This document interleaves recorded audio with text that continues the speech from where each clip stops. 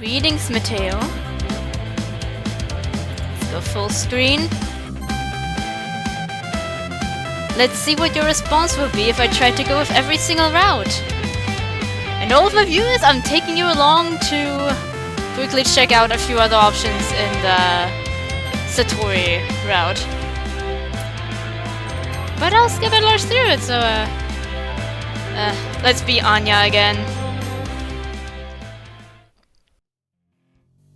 I'm actually going for Mateo a bit earlier now. I'm trying to go a happy route for everyone. Eh! I've been far too excited lately, by the way. So with this I have to go with Natsuko first this time. I've been very excited ever since I played the mod. That's a good sign. There are only a few mods which get me like very hyped about everything. Like sometimes I'm like, wow, I really like this mod. But other times I'm like, okay, this mod made me so happy, I'll be now excited for the rest of the week.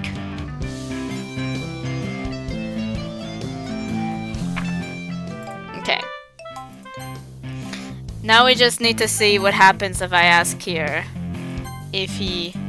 when he talks about him being biased.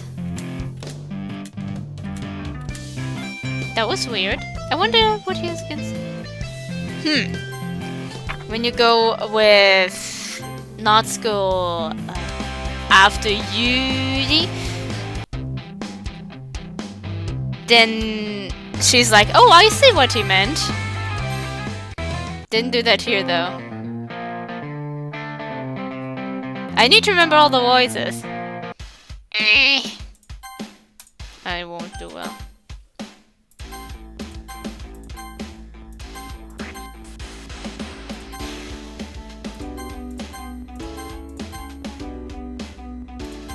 Yep, fight is also his. I'm actually going to save you and see what happens when I walk on with Mateo.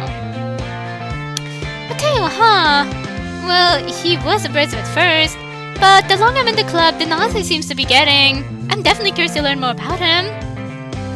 He sure is a smart and good-looking guy, isn't he? Hey, back off! I know you saw him first, but I called dibs on him. Jeez, you know that's not what I mean. Why are you speculating about something that's never going to happen? Huh? What do you mean? Was that our goal from day one? You picked your favorite member to help you win him over. Remember? Well, yeah. Then stop worrying. We'll get him to start walking you home. It'll only be a matter of time until... Until what? You know, until you won't need me anymore. Need you? Satori, that wasn't part of the plan. You're just trying to help me up with one of your friends. They're not meant to be a replacement for you. No one could possibly take your place. Yeah, if you say so. Split up at our junction. I wish I'm leaving. I feel like Satori. Hope it doesn't occupy his mind too much. Anyway, that's the same.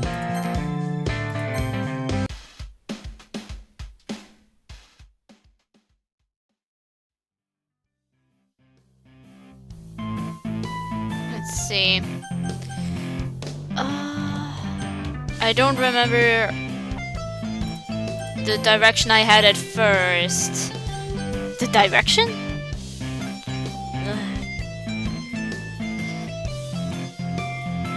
I think I went with Natsuko first that time. So let's go with Yuri first this time.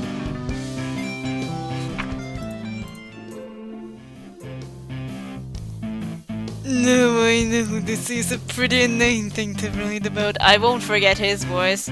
I do it during silly moments when I with friends too. Great, right? But I did my best to take a metaphorical approach to it. It's beautiful, Yuri. What inspired you to write about the sea? Actually, it's because of the poems Natsuko and I wrote yesterday. They end up being very similar to each other. They want us to write about the same topic again, to better compare the differences in our writing styles and thought processes, you know.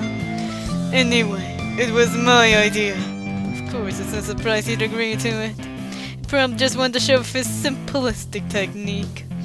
But I suppose it's not so bad to write about something simple on occasion. It's quite refreshing and allows me to calm my thoughts once in a while. Man, these two have some issues that they need to be worked out. Well, if I may be perfectly honest, both of you did a great job at trying out each other's styles. That's good to hear. Perhaps we'll do it again one day.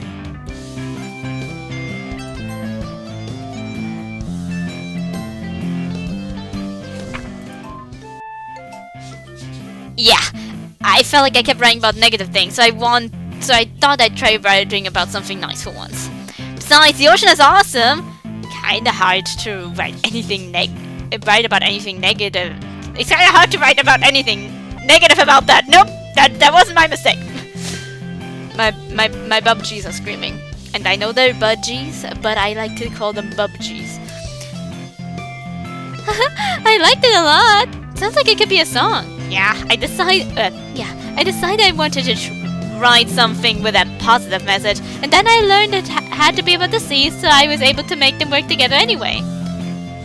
Why did it have to be about the sea? Well, Yuuuuuuuri and I wrote about the same thing yesterday, and I wanted to pick a topic and have us both write about it. I thought it'd be fun to compare our writing styles. I mean, I guess mine ended up being kind of metaphorical by accident. But there's nothing wrong with using metaphors once in a while. It was an interesting experiment, that's for sure. Glad I thought of it. Okay then. It doesn't really matter to me whose idea it was. What a weird thing for either of them to lie about.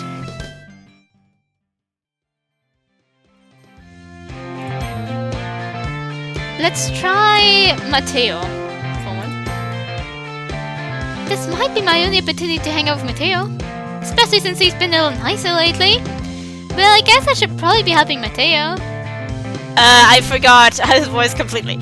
I don't think I even had a really very unique voice. Fantastic decision. Hold on a second. Yeah. Matteo, you need the least help out of all of us. I agree. Not only is your work already suited for just one person, but you've got Satori helping you as well. She has already made her choice. Oh, come on! It's obvious you're scared into picking you in the first place. Actually, you're the club president, Matteo. You're supposed to make responsible decisions for the club. Also, you shouldn't let any ulterior motives influence this decision. Ulterior motives? If anyone's got ulterior motives, it's you two. Excuse me? Otherwise, this wouldn't have been made into such a big deal in the first place. Matteo, that's totally false. Yeah, we're the ones with a huge load of work to do. How are we supposed to do a good job if you make us work alone? Well, I suppose. If we want our event to succeed, we need to appropriately distribute our resources. Alright. I get it. It's technically the most logical for Anya to be helping one of you two. So, I guess that's what we'll do. If a preference, Anya? I'm going with Natsuko for the Natsu route. So, and since I already had it last time, I had Yuuuuuuri last time, also will be, like, in this video I'm planning on only covering Yuuuuuuri. But since I already had it last time, I'm just gonna go. I also think it's interesting that she calls him the hottest guy, because honestly, from what I've heard from my more straight girlfriends, their interest seems to be more in Natsuko's style, as in attractiveness. Maybe it's the long hair. With quite a tendency with guys with a bit longer hair in our group. You and your candles. That'll be interesting. Arson everywhere in my poems.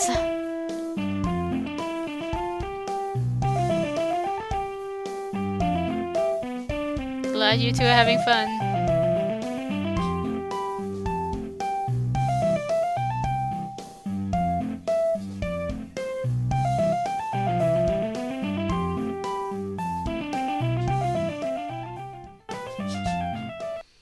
So,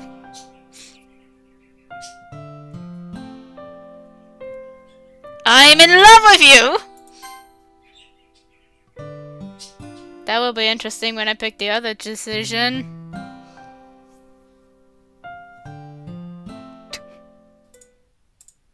Okay. Good spot to leave it. I'm just going to leave that over here. And it's finally time for Yuuuuuuri. Disaster. Frightening. I want to pick... Oh, Royal probably would have been his too. I'm going to try and see that I can also pick many of his unique ones. I'm interested to see what his book is going to be more like of. If I find arson, I definitely want to pick that. Oh, arousal would have been really one too. Inferno though! I know it's an original word, but it fits here perfectly. Aura. Breathe in. That was lost just twice, I think. By the way, yeah, for Satori's part, I ended up picking wrong words. At least it's not gonna feel awkward when I pick wrong words here too. Right was his. Watch is yours. Nation. Maybe I won't be getting the arson just yet.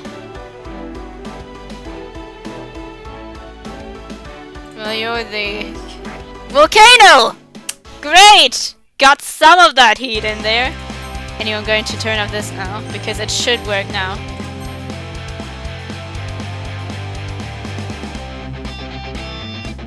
I must say, I like the soundtrack. I like rock quite a bit. Ah! I'm really curious to talk to Yuuuuuuri a bit more, but at the same time feel bad for distracting him from reading. I catch a glimpse of the cover of his book. It looks like the same book that he gave to me. More than that, he seems to be in the first few pages. Crap! I think he noticed me staring at him. He sneaks in a glance at me and eyes me for a split second. He grins sheepishly at me. Sorry! I was just spacing out. I'm interested to see his new poem. I hope we get more poems here. Sensing made us both uncomfortable. It's fine. If I was focused, I probably wouldn't have noticed in the first place. But I'm just rereading a bit of this. That's the book that you gave me, right? That's right. I'm just refreshing my memory by looking through the first few pages again. Once it starts to pick up, it's impossible to put down. It's a very engaging story. Oh yeah? Is it a horror book? I'm interested to see how it's going to be explained. It is. And how that scene's going to be when he's like... She's kind of like you. Cool, what's it about? I need to see if I want to... I'm still in my reading mood. I read a lot, but lately I've read very good books. Let's see if there is something I can put in here. Yuuuuuuri closed the book and flips it over, scanning his eyes over the back. The book is titled Vendigo Soul. Still the same book. There's a set of red fangs engraved on the front cover. I just want to make sure I don't actually give away any spoilers. Basically, it's about this group of teenagers in the Old West. A horror story set in the Old West? That's kind of a weird concept. Really? I'm not sure. Yuuuuuuri snickers softly. I thought it was interesting too.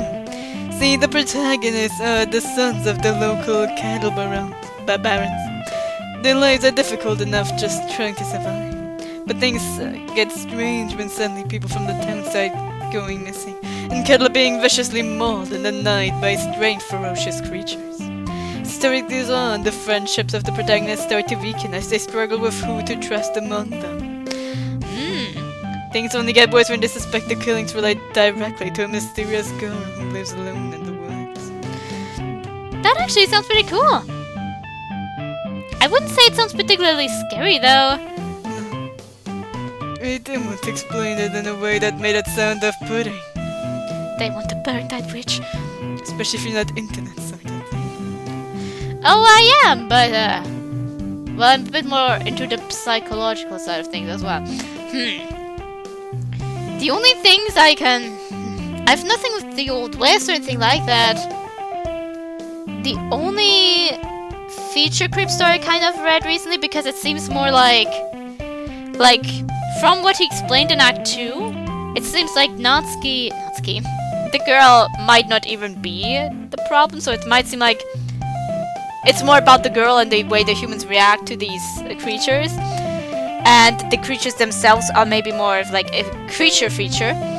And for that I have recently, no, it's been a while ago, Near the Bone by, I don't recall the author right now. You have a cut here, I'll check out which it was.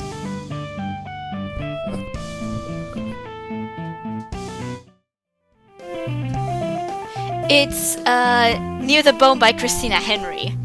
Yeah, I bought that at some point many years ago, while randomly, well, not many years ago, but quite a while ago. Then I just kind of had it rotting on my shelves for a while, and then we were randomly driving somewhere for a longer period of time, so I read it on the drive.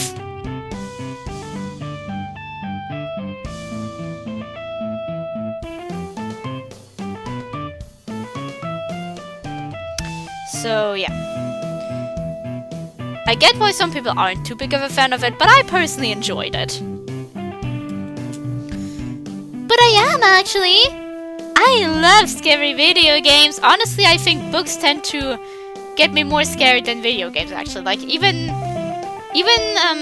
games with jump scares tend to not be able to create the kind of atmosphere that books can create for me.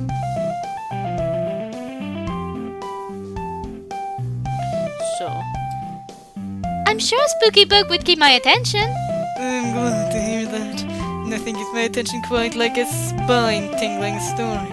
I keep forgetting Yuuuuuuri's into macabre stuff.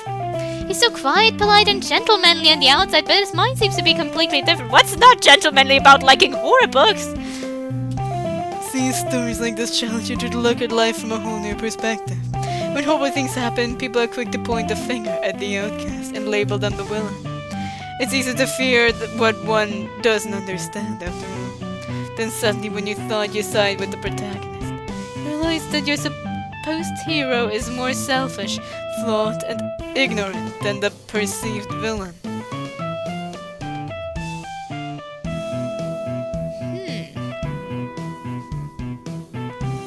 But I never thought, as soon as I realized Mateo was still there in the files, I was like, that's still the antagonist of the story at the very least.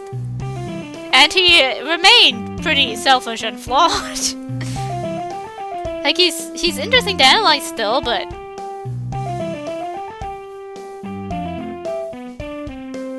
The only thing I can really say is that time when we delete Satori.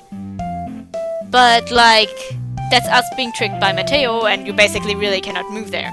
It's not like in the main game, where when we delete her, we have the hopes that it will solve anything, but in reality, Sayori is just bound to suffer the same fate as Monica, at the very least in the way she has this realization and is bound to suffer due to that herself. So in the end, no matter what we do, suffering will remain, and we are naive for believing that if we delete Monica, it would change anything for the better in a bigger image. Here it's kind of, I don't know, the moment I realized that Mateo was still there, I was like, okay, he's doing something. I don't know how he's doing it and what exactly he's doing, but he's doing something there. It's just that the Moon Star poem from Satori made me kind of believe for a moment that maybe there's like some relation there, because it kind of felt like he was saying he was going to take something away, and it didn't seem like it was implying happy thoughts. It was rather seemingly that he was kind of taking something away that someone else still wanted. So when Mateo was the one who died, I kind of was like, did Satori do that? Is he taking it away, the possibilities and all that? But like the moment it was like noticeable that Mateo was still there, it's like, no, it's still there.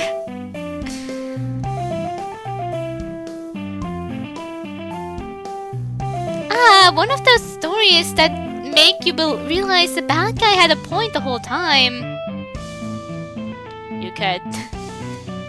Precisely. It's that kind of moral ambiguity that truly allows the reader to interpret the lesson in their own way.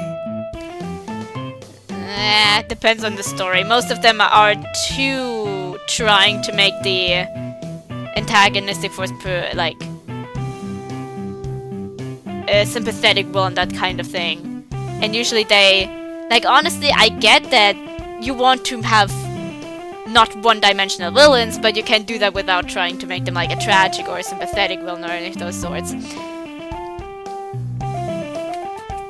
Like, there are many villains in many stories that are just like, their goal is greed, their goal is, I don't know, they could just be straight up sadists. They want to have power, all of that, and they still can be interesting. Making the villain more relatable than the protagonist really forces your mind to explore a very different perspective than it normally would. It even makes you question the very definition of good versus evil. You're really into this, aren't you? Because, let's be honest, some say that, sorry, I'm still lingering on that fact, but like, a lot of the time it's like, villains that are pure evil, there was a time I've seen posts about it being like unrealistic, but you know, look at the world. Especially some people in more powerful positions. Maybe some of them have things you agree with or something. Maybe you have to acknowledge that they're human, that's for sure, but like, that doesn't change the fact that their motivations and everything is just power. They're greedy, they're control freaks, they could be downright just sadistic. Enough people out there that are actually like that. There's nothing unrealistic about having an antagonist whose motivation everything is purely based on something completely and utterly selfish. Yuri looks away, blushing. He smiles coyly. I think I should warn you that I have this problem. When on things like books and writing for my thoughts, I tend to get a bit too overzealous. So I'm sorry for saying something strange if I talk too much. Don't sweat it, big guy. It just means you're passionate about your reading. This is a literature club after all. I can sit here and listen to you talk about reading all day. In fact, he had 2 copies of the same book. It's obvious what he wants. I reached into my bag and retrieved the colossal compendium. I don't know what I want about bend. I may as well get started on it, right?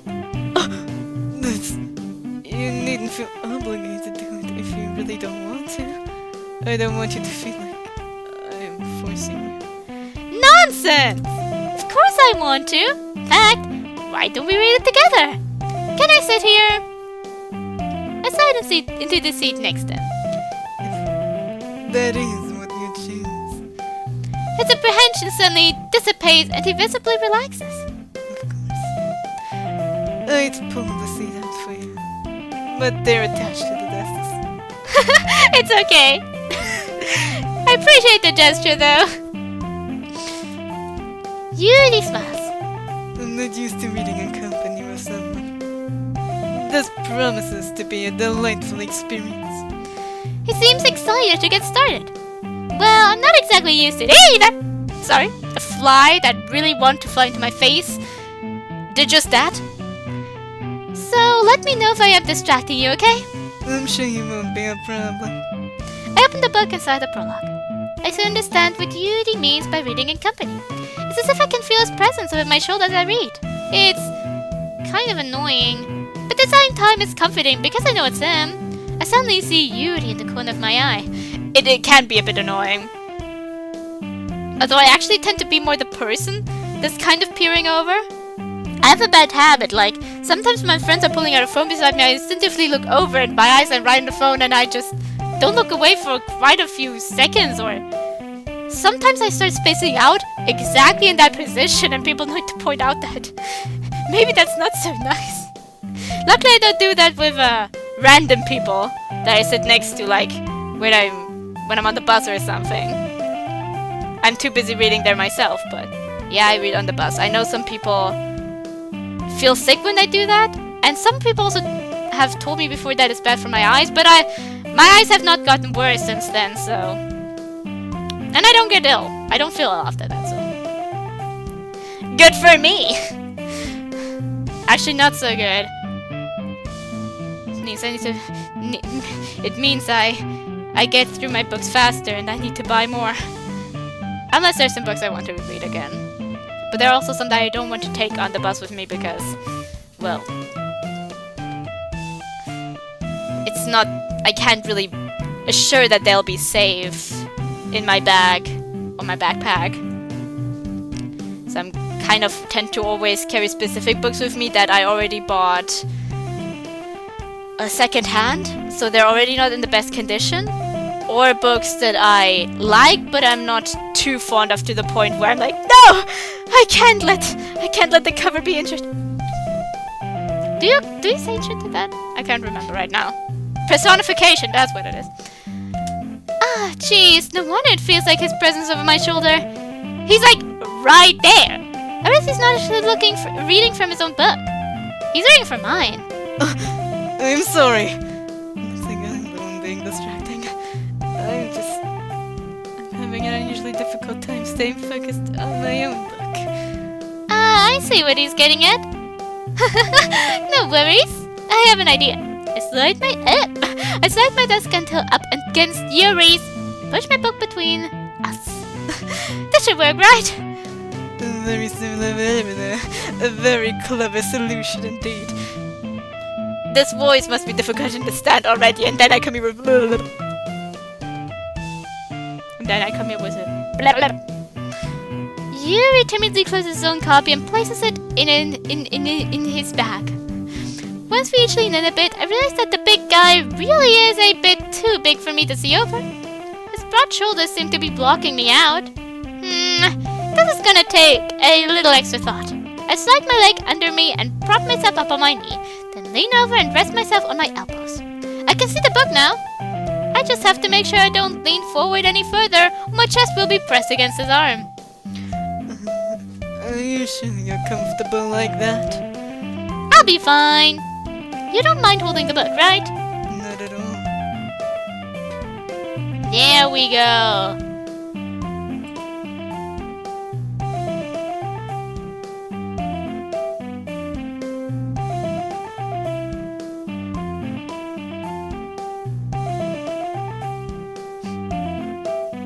Sorry, I was just thinking of something else. That sounds weird.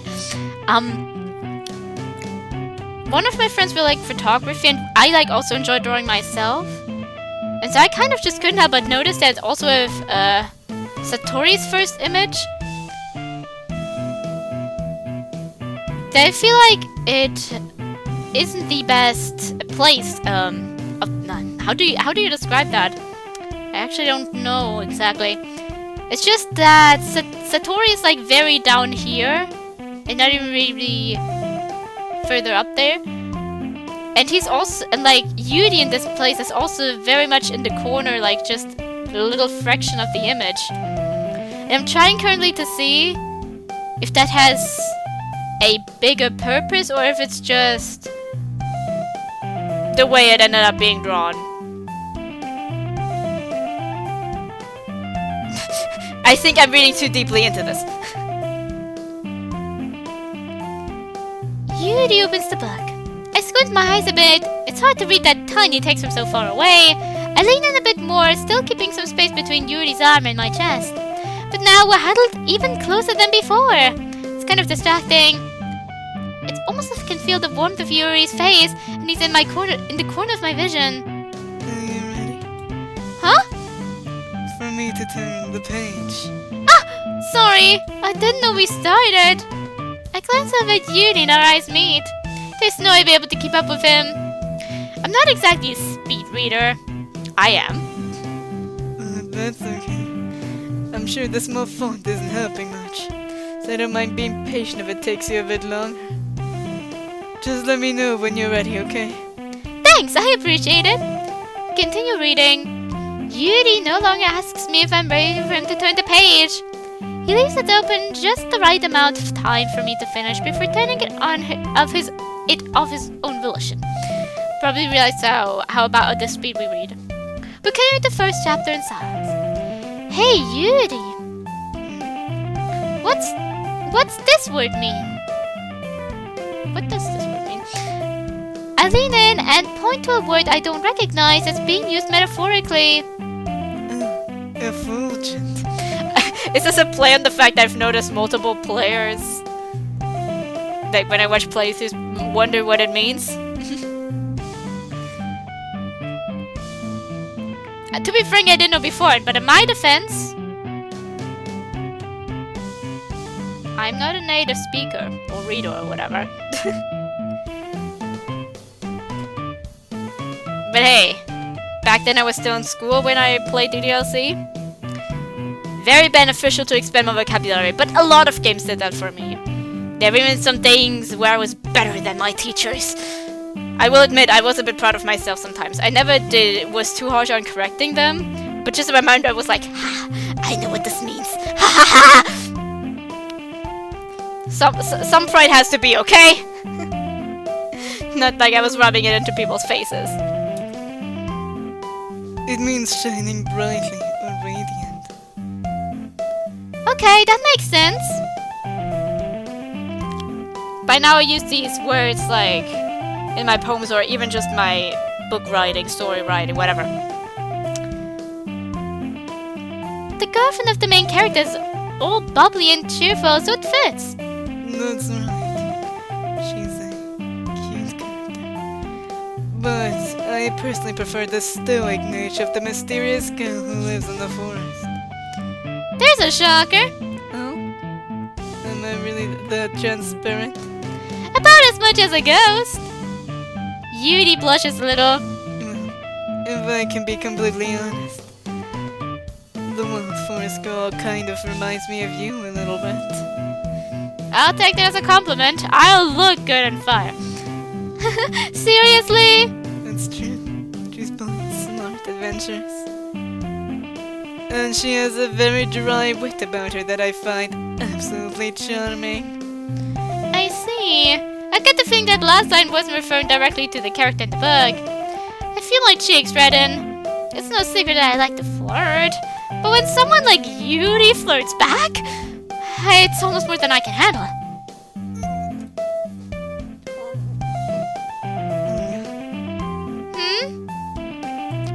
I look up curiously at Yuri.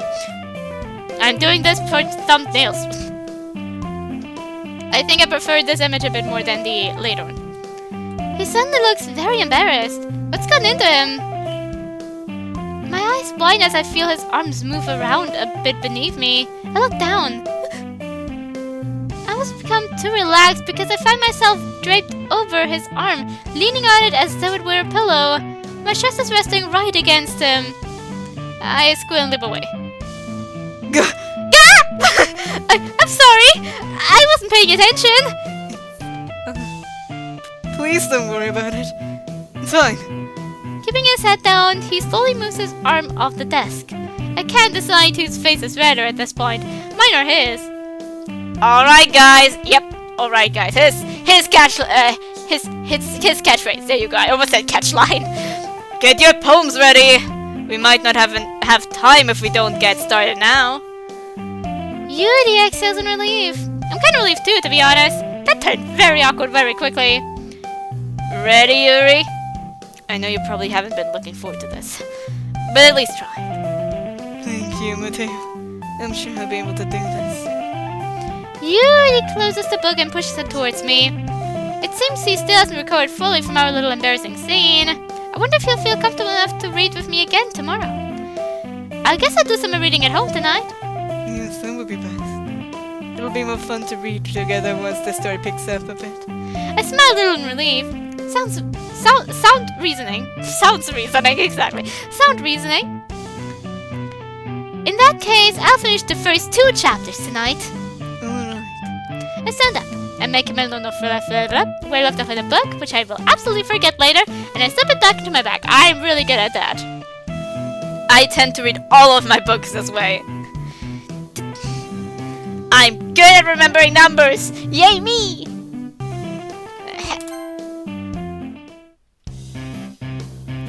Yuuuuuuri. Yuuuuuuri seems the most experienced. I shall start with him. I can trust his opinion to be fair. As he reads through my poem, I notice his eyes lighten. Exceptional. Yeah? You really think so? I didn't mean for that to come off as creepy or anything. No, I'm super happy that you like it. In that case, I'm very impressed, Anya. What kind of experience do you have? Your use of metaphors and imagery indicate you've done a lot of writing before. That's a really huge compliment coming from you. This is actually my first time writing. Yuuuuuuri looks at me quizzically before looking over my poem again. Interesting. Yuuuuuuri traces the words of my poem with his finger as if breaking it down more thoroughly. The thing is, there is specific writing observation typical of new writers. Having been through that myself, I've learned how to pick up on them. See, new writers try to make their style more deliberate, often picking a subject matter different from the style and then form-fitting them together. The end result is that both the style and the expressiveness are weakened. Once Yuuuuuuri finds this train of thought, his demeanor does a complete 180. The stammering disappears and he sounds more like a teacher than a student. No, this is not something you can be blamed for, of course. There are many techniques that can go into writing even a simple poem. Not just finding them and building them, but getting them to work together is probably the most challenging part. All of this comes with practice, learning from example and trying new things. That's why I thought you were experienced, because I see none of these mistakes in your poem.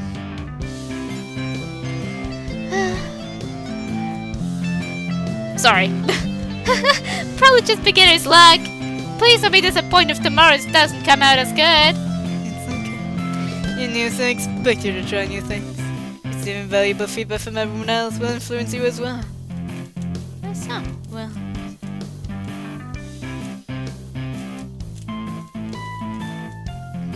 I thought something about the thirst. Let's see. Nope, there's nothing new here. Mateo, what do you say about this poem this time? Do you like it? Anya, your handwriting is atrocious. Isn't it? That's the same! It's totally illegible.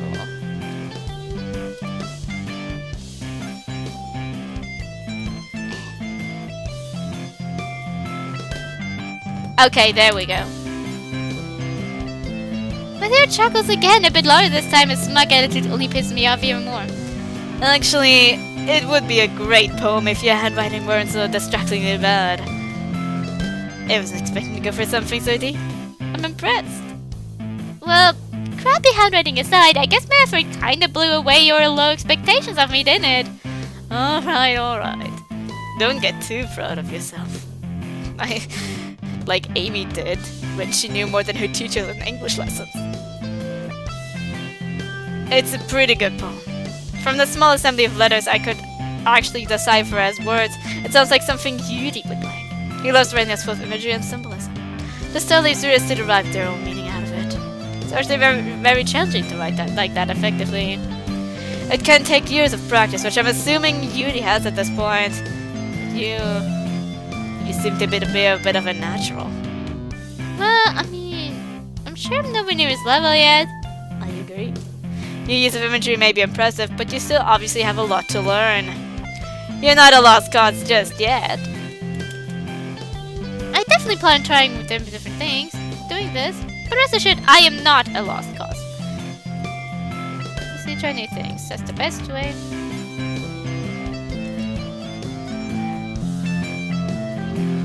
So There you go. Ah! The skipper doesn't skip over the poems that we've read already for some reason. Satori!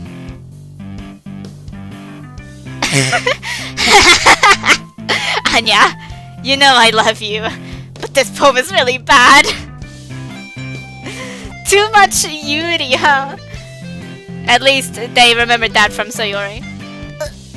What the actual hell, man? I mean, I love you too, but damn! It's fine, it's fine. It's your first time after all. To be honest, I'm just happy that you actually wrote one. Shows that you're taking this seriously. Of course, I may not be totally into it yet, but I'm still gonna put in some effort. Well, it definitely shows. You didn't have to do this, though, you know? I mean, we both know what you said, John. And I appreciate that. Nothing to do with it.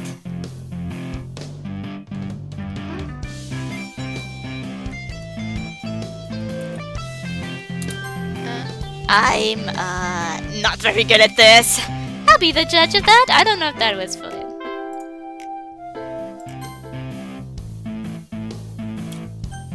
So, Natsuda. Huh? Are you taking this club seriously? Of course I am. Right. Exactly how much effort did you put into this? A lot, actually.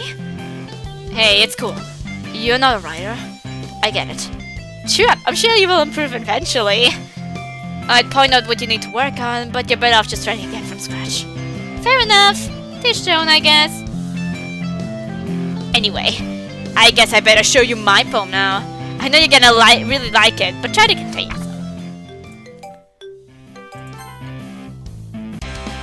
He was pretty nice about it. He tried. Yuri! Yuri! Natsu, you're right that I like your poem. See? Hold on! That's no excuse for you to be so mean. Why pick a fight with someone just because their opinion is different from yours? That's his fault! He wouldn't even take my poem seriously. I'd have to be the one to handle this. I look around for support, but Satori and Mateo are just standing there staring at me. Clearly, they're not going to be of any help. Alright. I turn to Yuri. Yuri, you're a seriously talented writer. It's no secret that I was impressed by your poem too. But here's the thing. No matter how simple or refined someone's writing style is, they're still putting feelings into it, and it becomes something really personal. That's why Natsu felt provoked when you said his poem was cute. I see. I didn't realize so.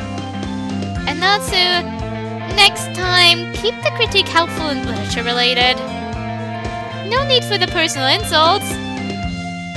Once again, the one who started the personal insults is Yuri. Are you kidding me? He's the one who threw the first insult! There you go. Natsuko does have a point there. At least they acknowledge that, unlike in the original. Although it's clear that in the original he just prefers Yuri. Seemingly because maybe they just relate more. I don't think it's because she's the most proportionate. Because he never really seems to acknowledge it. The only time he acknowledges something is during her second event with her long legs. I glance over at Yuri. I didn't I? I'm so sorry for that, Natsuko. Please forgive me. Well, I think we can agree you both said some things neither of you meant. Yuri apologized? Don't you think you should too, Natsu? Natsuko growls and clenches his fists. Alright, fine. Sorry, okay? Natsuko drops back into his seat, crossing his arms in defiance. We look across the room. Yuri walks over to his desk and sits down with his chin resting in his hand. I gently approach him and sit in the adjacent seat. You alright, big guy? I'm so embarrassed. I can't believe I acted like that. You must think I'm a pretentious cat. Of course not. It could have been worse. You handled it as well as anyone could. I could have handled it better. I should have handled it better. I know better. Don't beat yourself up. You apologized. That was big of you. It says a lot about your character. I'm impressed. Do you mean that? Of course I do. You believe me, right? Yes, I believe you. Thank you, Anya. I'm really happy you joined the club. I'm happy to be here. Also, the one thing that Natsuko said. Oh. It's completely untrue. I saw it start to travel south, but I instantly forced it back up to Yudi's face. Don't respond with something stupid. Don't respond with something stupid. I know! I can tell! Why are words allowed to escape my face? I'm going to make some tea. Yuri quickly stands up and scurries away. I say I bury my face in my hands. Man, that really was something, wasn't it? I say I pick up my head and scoot in and rage glare at Satori's clueless face. You suck! Satori jumps back in surprise. What did I do? Not a damn thing! That's the problem! You saw what was going on and you stood there like a lump! What kind of vice president are you? I look at Mateo, who's standing a few feet away. And you? Captain Useless? Where the hell were you, huh? I beg your pardon? You heard me. There was just a huge conflict in the club and neither you nor Satori put any effort into stopping it. You guys are supposed to be the leaders. That means putting your foot down when the situation calls for it. You don't leave that responsibility to the nearest member. You can see my passion, or hear my passion. Satori looks away, clearly embarrassed. Mateo glares at me for a moment. To my surprise, he averts his gaze and drops. Oh, I'm sorry for my inattention.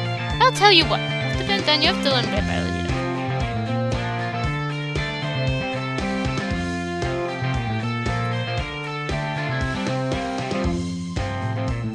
That was the same as before. It's not as good as realizing. And remember, if you're like Yuri, you might want to consider writing poetry with big expressive words or dark themes. That'll really make him happy. As soon as I pick depression or something, then you're gonna jump. The original was a bit better at like supporting us when it was necessary. Pleasure, fester, vampire. Oh, Inferno! Moon isn't even a dark theme. Fickle, capable, crimson. Looking out for the arson. What did I just pick? Well, whatever. It will happen. As long as I'm doing good, it's fine. Arson!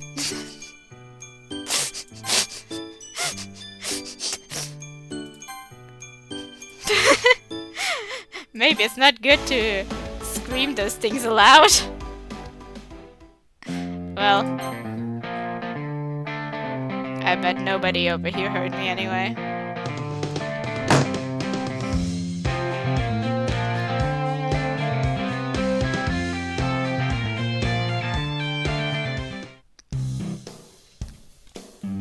Hey, Yuri!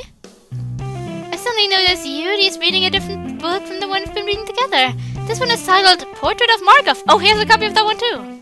Another horror book? Yes, it's a bit strange even for my taste. I don't think it would be something you'd enjoy. A scanty, ominous-looking eye in the cover. Yeah, probably best we stay out of that territory. Anyway, I didn't mean to interrupt. It's fine. I was kind of waiting for you. Well, if that's the case, why don't we get started? Yes, let's. Actually, I have a request. Do you mind if I make some tea first? I made tea. I'm pouring myself tea while you talk about that tea, okay? Again with the tea. Not at all. Thanks very much. There's one thing can make my waiting time here any better.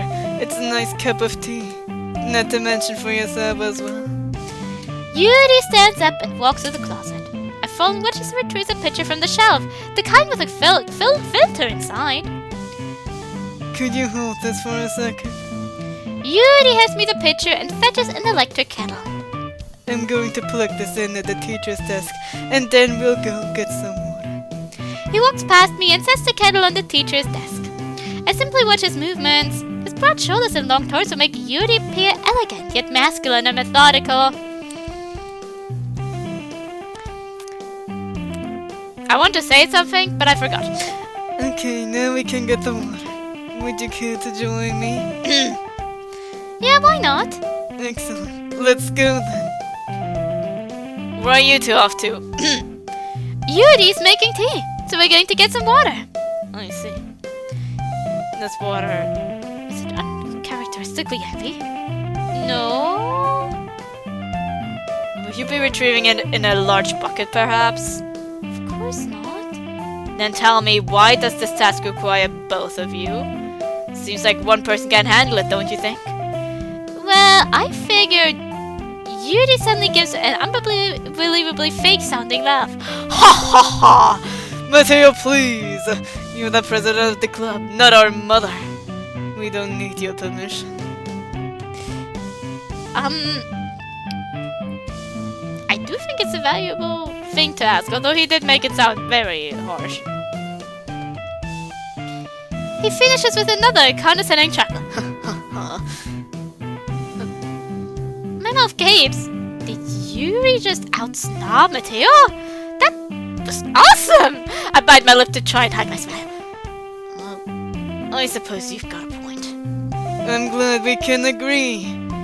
Let's go, Anya. Because as the president, you kind of... Like, if it was a club that was more rooted in activities than it currently is, this would be a bigger deal. I follow, mesmerized. I'm mesmerized by your beauty, Yuri.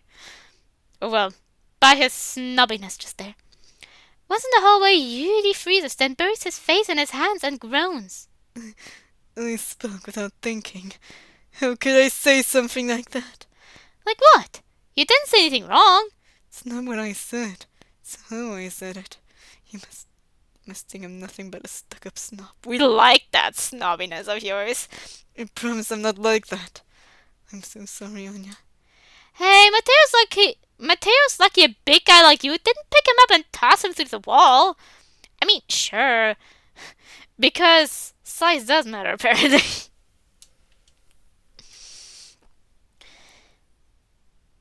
One of my biggest guy friends, one of the tallest ones who can't even stand in my apartment, although my apartment does have a pretty low ceiling, but generally he's very tall and he's very weak. He doesn't look the part. It actually looks like he has some type of muscles, but that sounds horrible, like he has no muscles.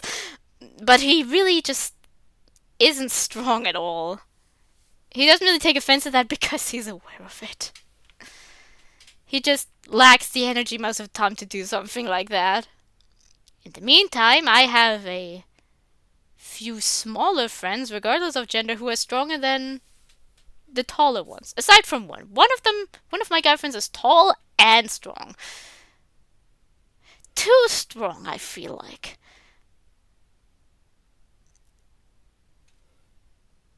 He's proof of human ants. I mean, sure, I wasn't expecting your reaction, but really, it just put him in his place. Mateo should mind his own business. Being club president doesn't mean he can run other people's lives. And he's always such a snob to everyone else. It was cool to see him get a taste of his own medicine. Anya, why do you insist on being so kind and understanding, even when I'm the one who's wrong? Well, the bad things you think you do are child's play compared to some of the crap I've done. It's not like you got confrontational or anything. You did make me angry, though. So you get all emotional. I can't hate you for reacting to Mateo being a jerk. What kind of friend would I be if I judge you for that? Friend, you say? That's right. And as your friend, I'll stick up for you. Even if you get a little sassy with our club president. Anya, I really like being friends with you. Likewise, anyway. Right, let's go. Yuri and I walked to the nearest water fountain. Once we fill up the water pitcher, we return to the classroom. Let's see how this is gonna go. I'm excited for this. And yeah, do you like oolong tea? What tea do I have right now? I forgot the name of it. Yeah, it's a fruity type of tea. I like teas that are fruity. My favorite. You've never had it, have you? Never heard of it before in my life. That's a bit intense. But I'll drink it. Yuri chuckles to himself. Well, I think you'll enjoy it. Yuri sets the temperature on the kettle to 200 degrees. He fetches the teapot and begins measuring the tea leaves. To my surprise, he even starts humming all to himself. Good to see you in such a happy mood. Is it? He was letting it show. Then you noticed. I was doing a bit of thinking and decided I'd try expressing myself a little more. It turns out it's not very hard for me to do. When I'm around you, at least. That's great, Yuri! I like being able to make you happy. You very feel my happiness. That's so endearing. Strange, but also relieving to see Yuri in such a good mood. By the way, I have no idea. I don't even know if Yuri... I'm saying it a bit differently than Yuri. But I'm doing it instinctively as soon as I see his name. I'm actually trying to make it maybe not sound... I feel like it sounds a bit awkward. Maybe it's just because I can't really hear what it sounds like right now. And I haven't edited the last... I did the first round in one sitting. I haven't edited that yet. I don't know. He's been very quiet and shy since he's been very quiet and shy since I joined. But obviously has the potential to be a very outgoing person once he feels comfortable. I watch as Yuri pours a cup of tea for each of us. Then you have an idea. What we said on the floor today. Sure. Any particular reason why? I think it might be easier for both of us to see the pages that we said on the floor instead of at the desk. I'm already pulling out some notes. It may work out better considering your my figure, right? I was going to say your posture. What's wrong with my posture? Well, it's just you seem to slump over or to the side a bit when you read. Not that it's your fault or anything. I guess it's just your... My figure? You know, the thing I just said? You can say it too, Yuri. It's not that kind of F-word. It's not that kind of F-word. Yuri blushes even more as he struggles to hide a smirk of amusement. As if taking tremendous effort, he finally faces me again. Alright. I think sitting on the ground with your back against the wall will help straighten your reading posture, which could use that kind of support considering your figure. I smile in triumph. Thank you, Yuri. I appreciate your concern of my comfort. He relaxes even more. I'm glad. I take the book out of my bag and hand it to Yuri. We then take our seats against the wall. Once again, I find Yuri's impressive build impedes my ability to see the book properly. I was confused for a moment. I just can't see anything over that mighty fine upper body of his. I still can't see a thing. Let's try this. Yuri scoots a little closer and sets his hand on the ground behind me. I find myself now practically pressed against his tapered torso.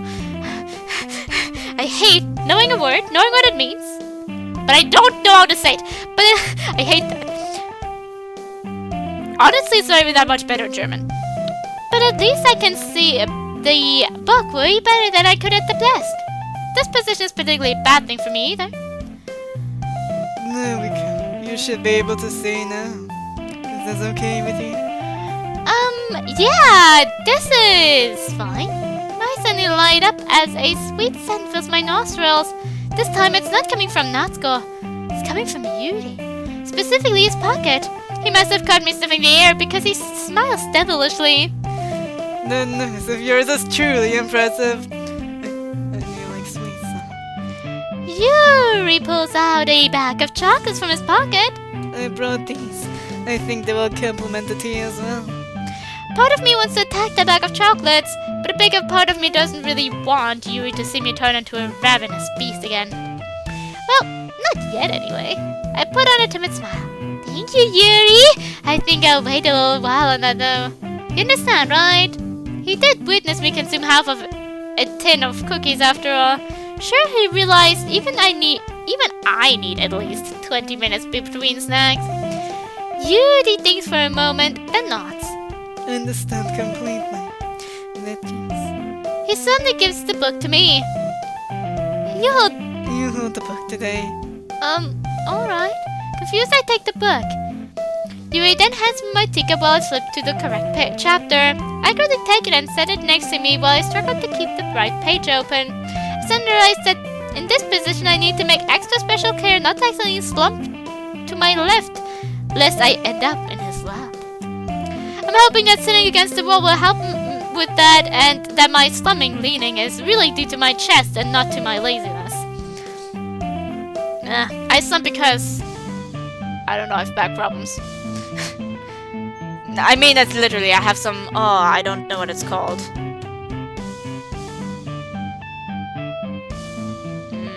My spine is in one spot, like, not straight, but moved weirdly.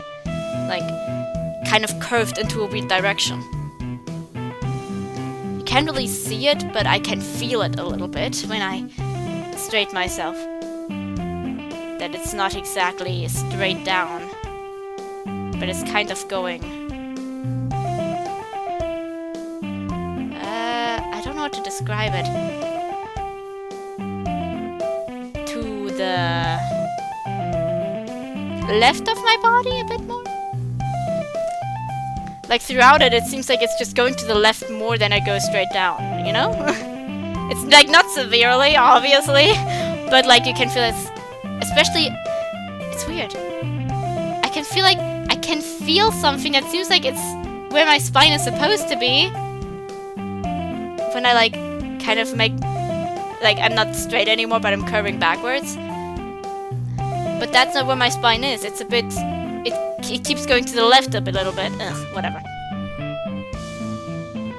But I don't know if that would cause me to slump. Or if that really just is... I've always slumped a little bit. I don't know. I also hope that me holding the book doesn't make it too awkward for Yuri to read now. I immediately begin the reading.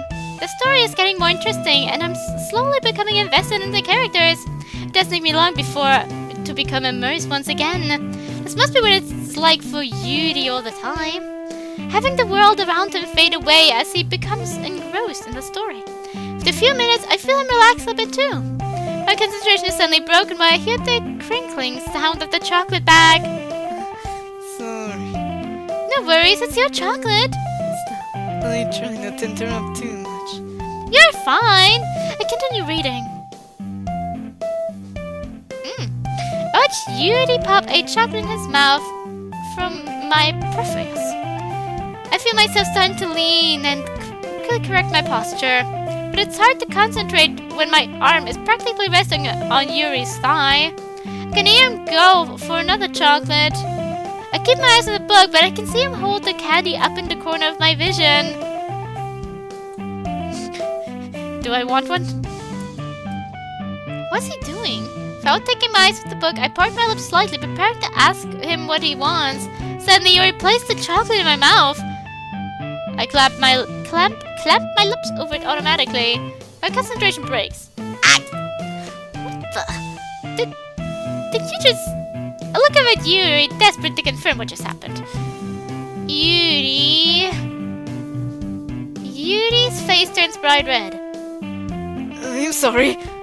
I guess I must have misinterpreted why you didn't want to touch the chocolate. I thought you didn't want to smudge the pages. Perhaps I shouldn't show him the cheese puff stains on the previous pages. I'm so sorry. I shouldn't have done that. Well, I definitely wasn't expecting you to. The chocolate has melted on my tongue at this point. Oh my god, this is delicious! What is this? Hazelnut cream? I wasn't expecting to have chocolate stuffed in my face. It kinda took me by surprise. Damn! How can I get mad when it tastes so good? Well, some people care a lot about their consent. It's imported from Germany. Hazelnut cream? I don't know. I actually don't know too much about the chocolate. I know Milka chocolate. This is probably the best thing I've ever had in my mouth! It is very dissident, isn't it? I'm glad you're not angry with me. Would you like another one? My first instinct is to reach for the bag, but the way he's looking at me makes me think he has something else in mind. Yeah, he probably wants us to give that chocolate. What is that in the corner over here? Oh. Is this? I see. I look up at him curiously. My heart is pounding. Watch as he reaches into the bag and pulls out another chocolate. He holds it between his fingers. Our eyes meet. Neither of us avoid our gaze. I can't believe we're doing this. He gently offers the chocolate. Like before, I applied my lips. But it's different this time. He takes the chocolate and places it gently on my tongue. The tip of my tongue slightly grazes his fingers as I curl it over the sweet truffle. Alright, guys! Seriously! Stop it! Yuuuuuuuri quickly jolts back. I nearly choke on the chocolate. Jeez. It's time to share poems! The tea party is over, you two. Put the teapot and cups away and get your poems ready! The spells are probably broken. God, Mr. That's the worst timing. I'll take the cups. Yeah. Yuuuuuuri picks up the teacups while I take the teapot. In the end, we hit to clean up without so much as a word between us. I get the feeling this is something neither of us will have the courage to bring up at any time soon. I thrust my hand into my bag and pull out 5 more chocolates, stuffing them into my mouth in sheer frustration. And also because I have no self-control. Yuuuuuuri. Let's see what you've written for today. Yuuuuuuri stares at the poem with a surprised expression. Do you like it? This one might even be better than yesterday's. How did you pick up on this so quickly? Just yesterday I was telling you about the techniques we're practicing. Maybe that's why. You did a good job explaining. I really wanted to try and give it more imagery. I am honored to have my advice, I appreciate it. Like you said, seeing someone so motivated by my writing makes me really happy. You gave amazing advice, Yuuuuuuri. I'm surprised you've never shared your poems before yesterday. I generally just write for myself. That's a shame. Your talent should be displayed. Yuuuuuri's blush intensifies. You're too kind. Anyway, do you want to share the poem you wrote for today? Yes, I do. The Phoenix. Let's see. No new text there. Interesting. This one's not bad. It's like yesterday's, only the imagery is better. Are you continuing to find inspiration in Yuuuuuri's work? For sure. Can't deny that he's talented. His poems are the most intense. He sure turns into a very different person when he picks up a pen. I noticed that too. It's always the quiet Mysterians that are the most appealing, aren't they?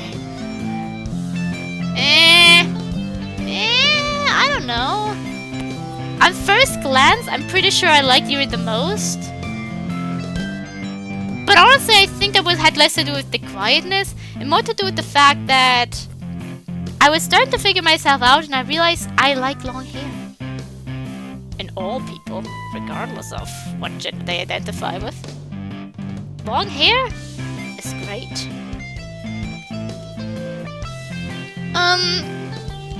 I'm not 100% sure what Mateo is getting at right now, and also Yuuuuuri. Are you hoping to solve the mystery, Anya? Perhaps if you write the way into his heart, he'll let you into his dark little world. Ah! I wasn't... Calm down, I'm only joking. Besides, I'm pretty sure he already has a girlfriend.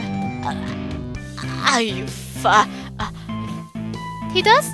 Yeah, a fictional one anyway. He kind of whispered that last part. What a colossal jerk. Funny stuff. I thought so. Anyway, are you ready to read my poem now? I'm quite proud of.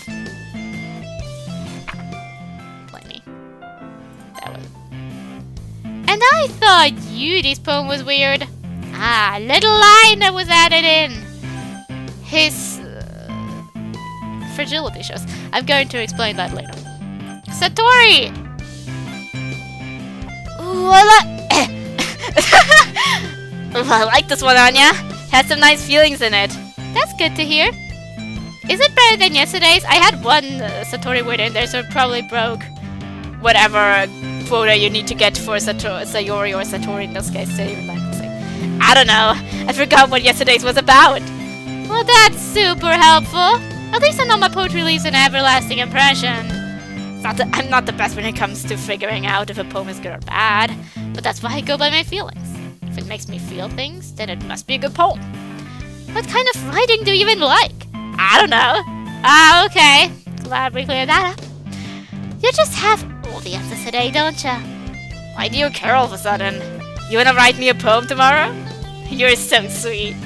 Yes, that's exactly what I was getting at. Hell, I'll write you a poem right now. Check this out. There was once a man named Enos. Please don't finish that. Oh, come on.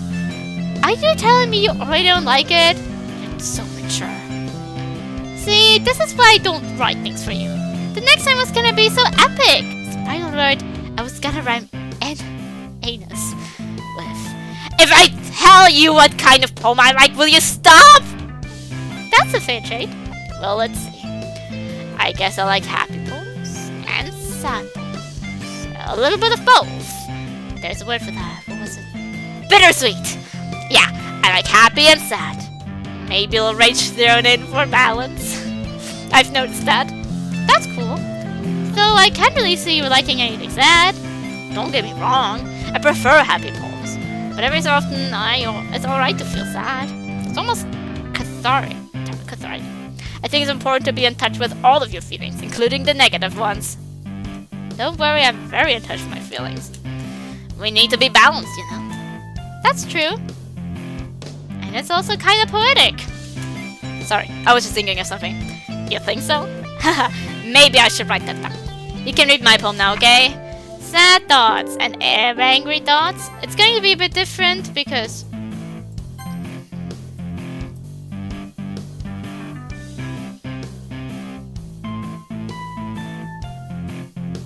we're just not going to mention that. Let's see what you think of it. Say, this one's actually better than your last one. It's nice if you're putting in some effort. Oh, that's good. I mean, I still hate it. It's trying way down to be serious. But, you know, nice attempt.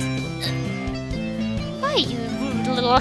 Please, do explain. Look, poems don't need to be all deep sounding just to express something. It's just gonna sound like you're forcing it, unless you naturally don't suck at it. The best advice I can give, don't bother with the style until you're on Yuuuuuri's level. Well, let me start writing like and eventually I get better at it and get to Yuuuuuri's level. That's good. Stop short all of a sudden. Wait a minute. You're just trying to impress Yuuuuri, aren't you? Whoa, what are you talking about? Keep your voice down. Oh, don't play dumb, Anya. Everyone knows Yuuuuri is totally into this angsty crap. Let's go practically throw my poem back at me. Tell you what, you go ahead and impress Yuuuuri with your whiny little emo poems. I'll be over here writing real poetry. Hit me up when you're ready to take this seriously. Bye-bye now. That Natsuko dismisses me. Whatever. At least he's not the one I was trying to impress in the first place. Dun dun dun dun dun dun dun dun dun dun.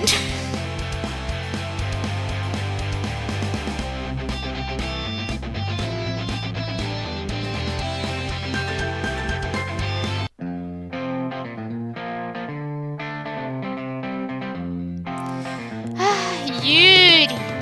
Walking home with Yuuuuuri, huh? Why does the mere thought of that make my heart pound? I mean, it seems I've trouble socializing and I feel for turning him down, so... pretty charming, isn't he? Well, that too. Good to know you find him as dreamy as I do. Jeez, you know that's not what I mean. Not going to happen. Remember? Yeah, like, it's the same. They almost meant to replace. You say so.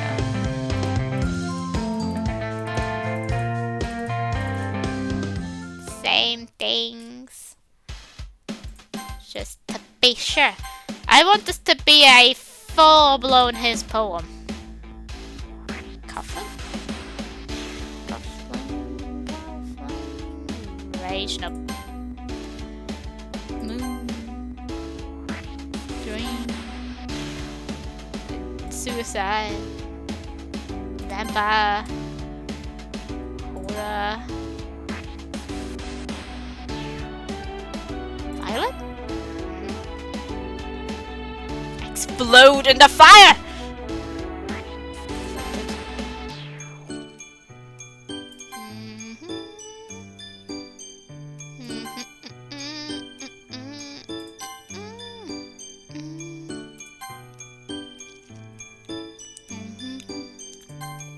Wrathful fire. Okay, now. Uncanny?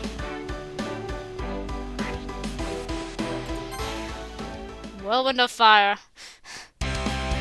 All of his poems that I've read outside of C have all been about fire. So we gotta include the fire. Oh, there's no scene with Yuuuuuuri approaching us there. Okay. But for him I will drink a... well, I take a sip from my tea.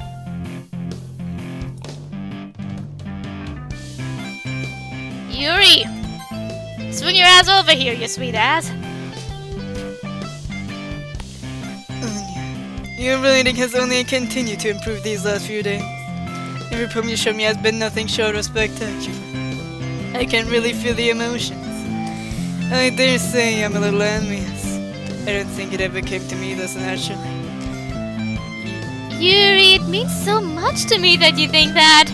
But none of this ever came in naturally. The only reason I've improved is because of your great advice. That! Oh my god, the fly has come back! You're the example I was chasing after this whole time. That's Yuuuuuuri smells gently to himself. feeling. I'm so glad I got the chance to share my writing. I never thought it would feel like this. I remember you mentioning that yesterday. I'm amazed at how you're so good at something you've never even shared with anyone before. It's a shame. Perhaps, but I didn't really have much of a choice. Went a bit into more Yuuuuuuri there. What do you mean? During lunchtime, I ate by myself. Did you know that? I transferred to the school over a year ago, and I still have no friends. Why do you think I spend so much time reading? I mean, I do love reading. Books are so full of amazing and inspiring people. People you want to fall in love with. People you wish to befriend. People you wish to be. Everything from cheerful people who always put a smile on your face, to deep thinkers and problem solvers who discover the mysteries of life. But despite being surrounded by these friends every day, there's still nothing I want more than real companionship. Friends who don't judge me for spending most of my life being educated by private tutors. Friends who don't tease me for being awkward because I never had the opportunity to socialize as a child. Friends who don't hate me for thinking I'm a snobby know-it-all. I'm not, On the contrary, I know nothing. I don't know how to talk to people. I don't know how to make friends. I don't even know how to make myself happy. I have so many feelings, and all I can do with them is read and write. But when I started sharing my writing with you, I now understand what I was missing this whole time. Come on, big guy. I don't deserve all this credit. You're wrong, Anya. You being patient and respectful means so much to me. I know it must be a frustrating person to be around. I apologize too much. My vocabulary makes me come off as pretentious. I overthink everything. But no matter how annoying I can be, you've always treated me with endless kindness. I never feel comfortable around talking to others. But every time I talk to you, it makes me really happy. Yuri, I treat you how I think you deserve to be treated. Screw the people who judge a book by its cover. They're missing out on being friends with a really awesome and super smart guy. And you know what? It's their loss. Because you are my friend now. It may have taken me over a year to find you. But now that I have, I think it's safe to say that those people in your books aren't your only friends. Not anymore. Would you agree? I would. I'm so glad you feel that way. Yuri beams. I don't think I've ever seen him this happy. You wanna show me your poem now? I do. Let me go get it. There's part 2. Ah, yes! My mouth is parched, desperate. I must rehydrate. Taking a glass from the cupboard, I open the icebox door. A silhouette appears between me and the artificial light. My heart pounds. I shrink away. The silhouette grows closer. I reach for my matchbox. With a harsh stroke, I summon the flame. The light of the candle is in my shield, but it's too late. She steps into my light. The light flickers. My heart pounds. The flame flickers. My heart pounds. Her eyes glow. Time stops. She remains still, yet her eyes dance with the flame. The flickering flame is in rhythm with the pounding of my heart, teasing me for succumbing to this forbidden emotion. Have you ever heard of a ghost feeling of a flame being thirsty? I'm too used to the other poems. I love embracing my insanity. Normality is illuminated. I blow out the candle. Her eyes continue to flicker. At last, my thirst is quenched. This one has a nice strip! Sorry, I scared myself and I was like, did I just put it away? I want to look at it a bit more. It has a nice structure, I just want to say. I was just very excited.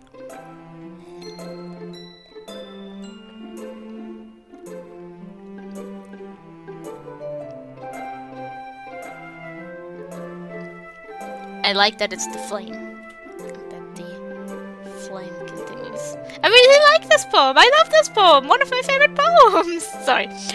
I'm just very happy. Finishing the poem, I start to hand it back to Yuri. But instead of taking it from me, he looks away. Do you dislike it? What? No, of course not. I love it. I mean, I already knew you were an amazing writer, but this particular poem is so beautiful. Yuri blushes and smiles softly. This one, it means a lot to you, doesn't it? He nods. I can't tell you how happy I am that you shared this with me. I hope it makes me hope we'll get to spend more time together.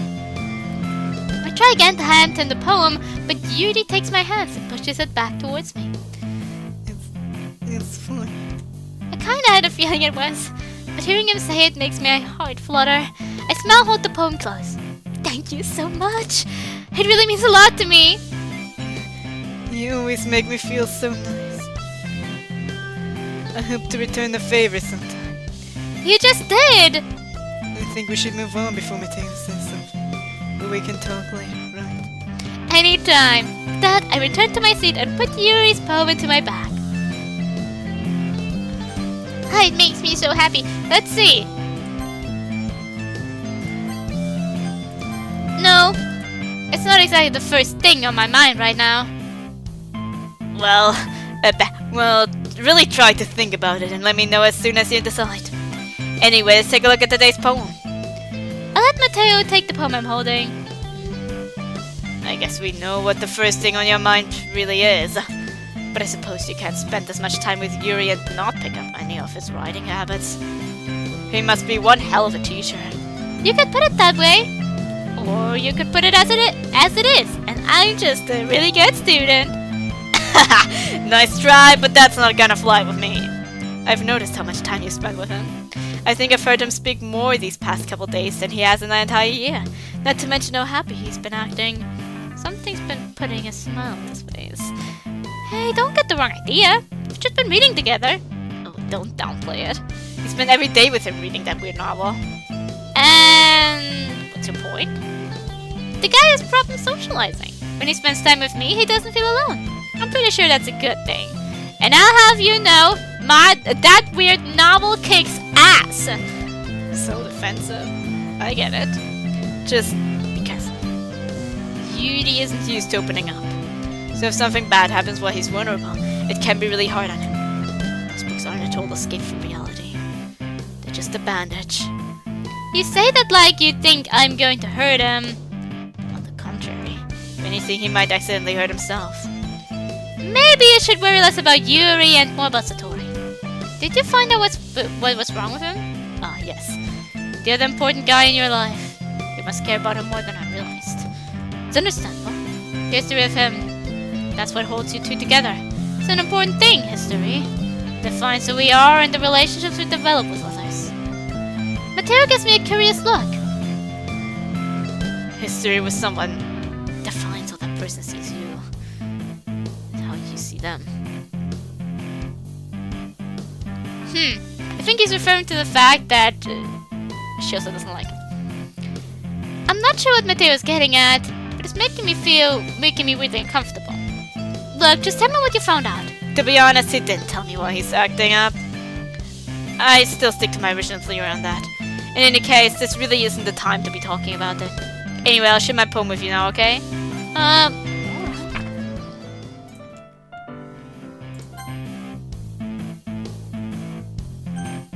Satori, you good? It's nice, I guess. Come on, dude. I can already tell you don't like it. Okay, that's what I think. All that should matter is what you thinks.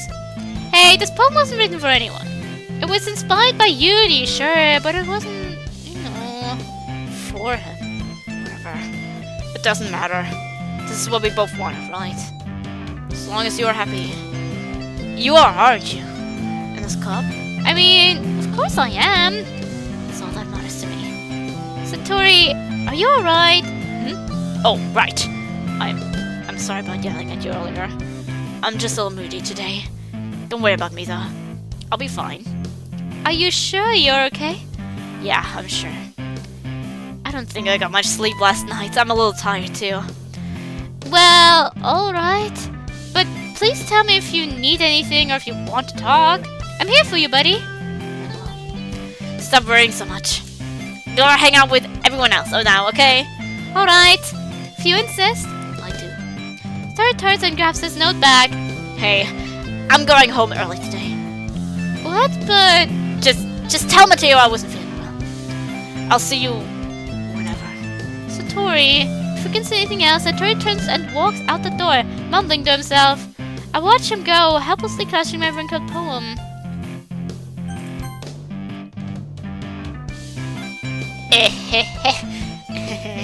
No thanks, babe. I think I'd feel more emotion by reading an instruction manual for a toaster. You didn't even... Be gone, thought!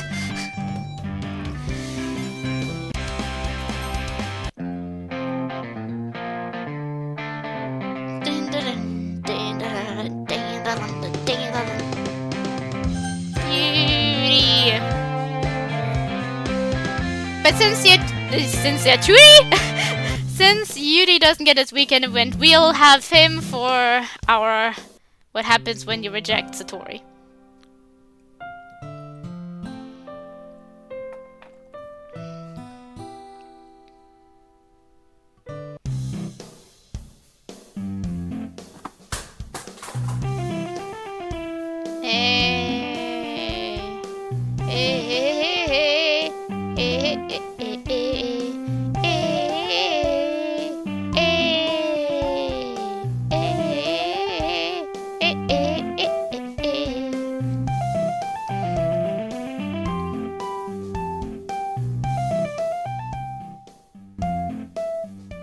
So, Satori? Every time I tell you that I love you, I mean I love you like a brother. I'm comfortable doing everything with you. I can tell you anything and everything. I mean, I know we're not really siblings, but we might as well be, you know? And there's nothing wrong with that. I'll always love you. Nothing is gonna change that. I'll be here for you whenever you need me. No matter what. You'll always be my buddy. I see. Satori's eyes full of tears. He slowly backs away from me. That's what it feels like to be stabbed in the chest. Satori. No, you're 100% right, Anya. We're better off keeping things the way they've always been. I mean, everything was perfect before I suddenly showed my feelings.